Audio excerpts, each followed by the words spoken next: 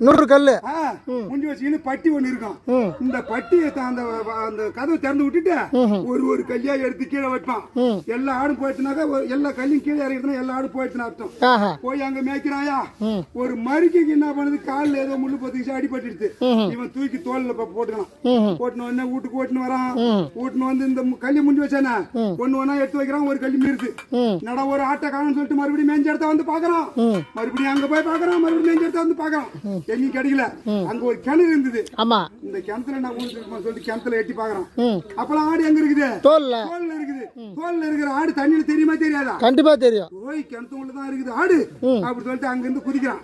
இந்த தண்ணி பட்ட உடனே பக்க பக்கம் அப்பதான் கிணத்து உள்ள முழிக்கிறான். அவன் தோல்ல வச்சுக்கின்னு ஏமாந்துட்டான். அதுதான் எடையம்பத்தி படல ஆடு. என்னடா 104 பாடா சண்டைக்கு ஒண்ணு சும்மா விட மாட்டேன். சண்டைக்கு